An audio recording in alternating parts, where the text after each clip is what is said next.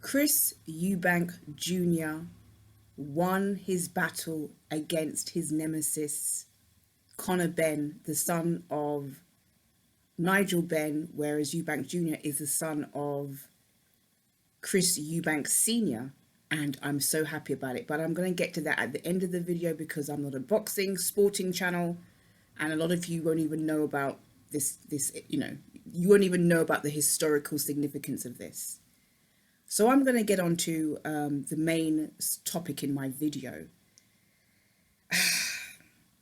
The Chris Watts case, it has divided so many people.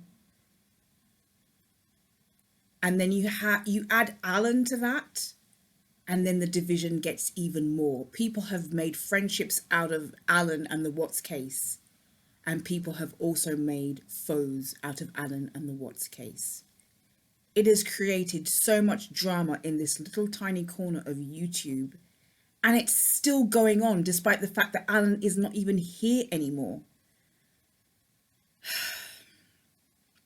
I've been in the mix as well, and even my friendship with some very contro people was because of Alan, was because of the Rusek, because of Claire Morgan, who has absolutely no significance in anything right now, and is, no one cares about the Claire Morgan situation anymore. I mean, some people do, but it's just not going to make an impact. Now, there is a channel called Crafted Evidence, and the lady behind the channel recently did a video on Frankie Rusek and the case. Let me just put this a bit forward.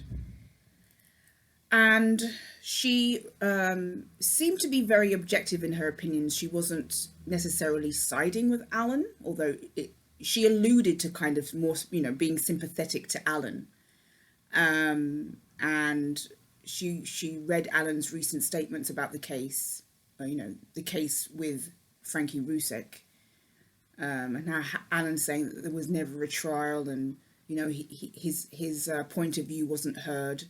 And she read out Alan's statement, and she read out Frankie Rusek's statement, and she is suggesting, implying that a lot of Rusek supporters are now going after her for being seemingly sympathetic towards Alan.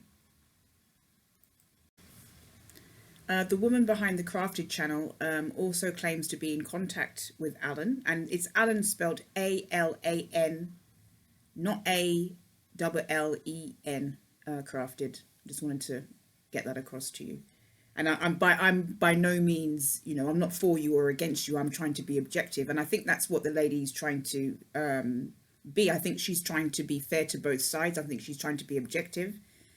And I think some of her comments insinuate that she feels sympathy towards Alan, and she's suggesting that Rusek supporters, i.e. haters, are going after her for,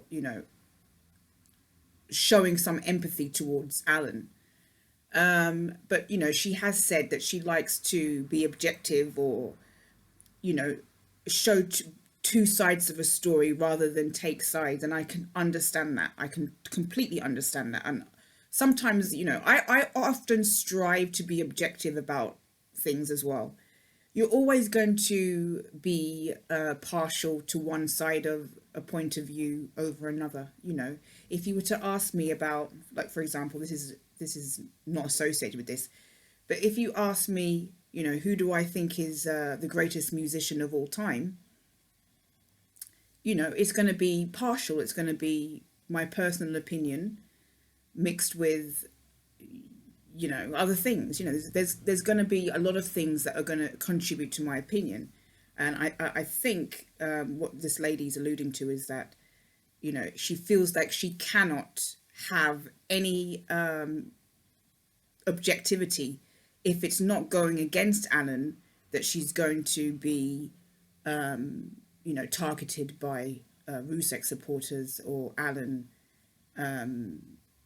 people who dislike Alan, fiercely dislike Alan. She also has said that she would love to do an interview with Frankie Rusek Jr. And I think she reached out to him, but he said that he can't, or something to that effect. And, you know, she would like to give AD, she has alluded to the fact that she would love to give AD a voice and a platform. But obviously she can't host him on her channel because of what happened. He's no longer on YouTube.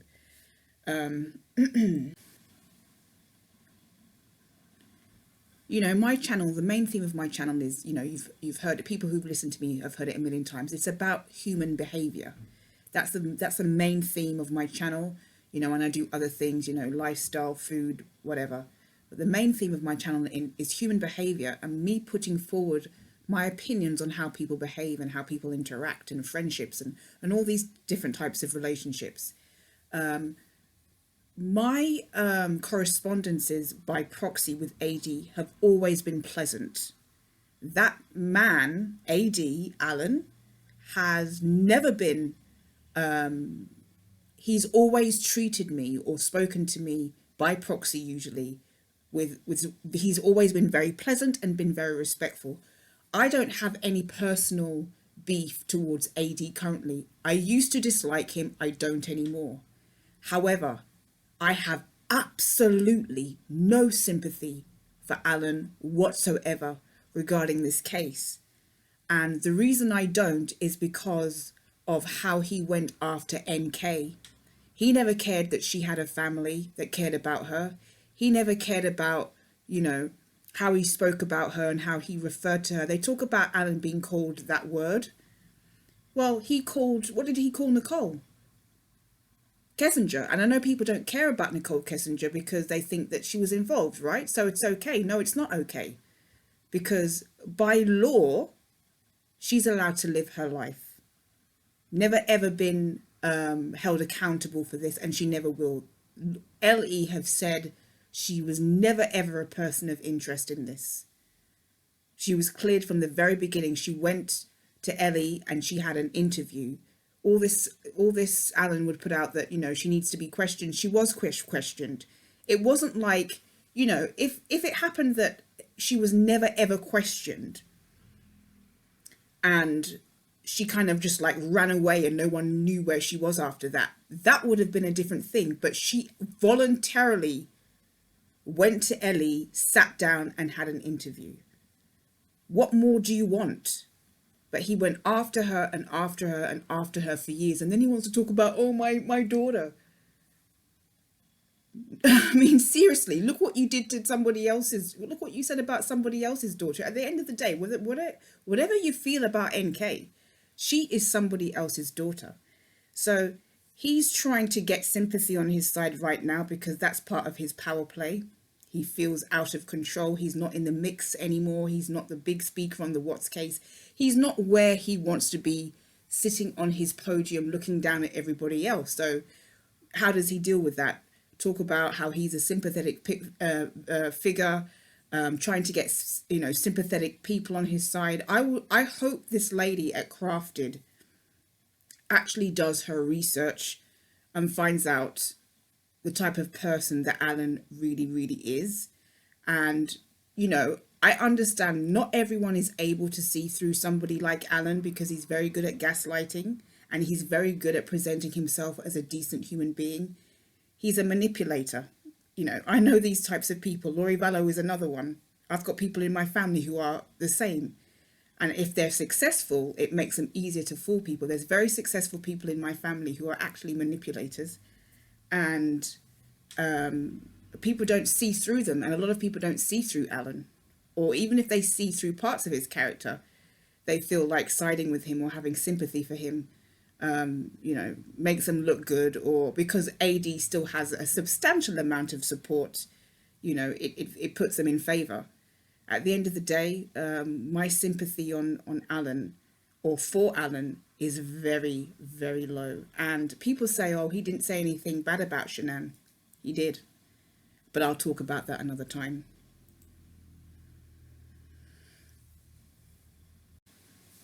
So AD is going to continue to play that he's the poor old man and he's been misunderstood. He's going to keep playing that till the well runs dry, because that's who he is, and that's how he manipulates people, and that's how he gets people to side with him, and he gets people to feel sorry for him. And he thinks he can do that with the courts as well, because that's what he's used to. He's used to having people support him and feel sorry for him, and he's used to not having people see through him. So he's going to play the poor old man until he can't play it anymore. So anyway, I'm going to get back to, and Mr. Seeking the Truth. Hello, Seeking the Truth, because I know he still watches my videos.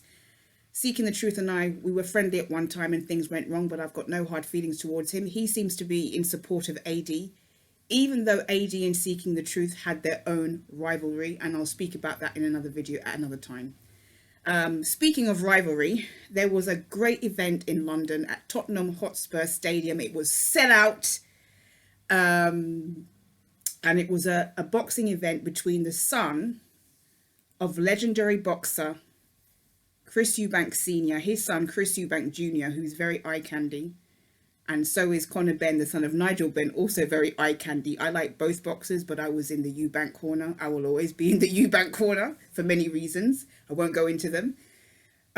So they had well, their fathers were rivals, and twice Eubanks Sr. Came victorious over Conor Benn's father, who's Nigel Benn. And so the new rivalries between their sons, and Eubanks Jr. won, and I'm so happy. He deserved the win, but Conor Benn should not feel upset about his performance. His performance was excellent. He really took it to, Eubanks Jr. And in fact, the first rounds, I would say he was probably winning. But in the end, I think experience and size really put Eubanks Jr. over the edge. And I love ring walks. I love ring walks so much. And that if you remember the days of Tyson and, people like that, I watched these things on YouTube. I don't think I was even around or even born when Tyson was fighting. I'm not sure. I'll check. But, boxing is not the same as it used to be. But, it's not about world titles so much anymore. It's about money, unfortunately. That's the game. Sports is about money. If you don't have money, there's no sport. But Eubanks Jr.'s ring walk was to Still by Dre, which is basically the theme song of his life. And it was really great. His ring walk was really great. His dad was with him. And for the whole week leading up to the fight, his dad, who I think is a narcissistic father and a narcissistic parent for many reasons, was basically saying horrible things about his son, how about his license should be revoked, about how he wouldn't support his son, he would never be in his son's corner. He criticized him for the egg incident. There was an egg incident between Junior and Conor Benn, and he was criticizing his son for the whole week leading up to the match, and it was well known that they had been estranged for a few years. So no one thought that Frank Sr. was coming, but he showed up, and he showed up in style, and it was, I would say, it is the moment of the year in sports and entertainment. But it was a great event, and I wanted to touch on it, and I'm so glad that Chris Eubanks Jr. won.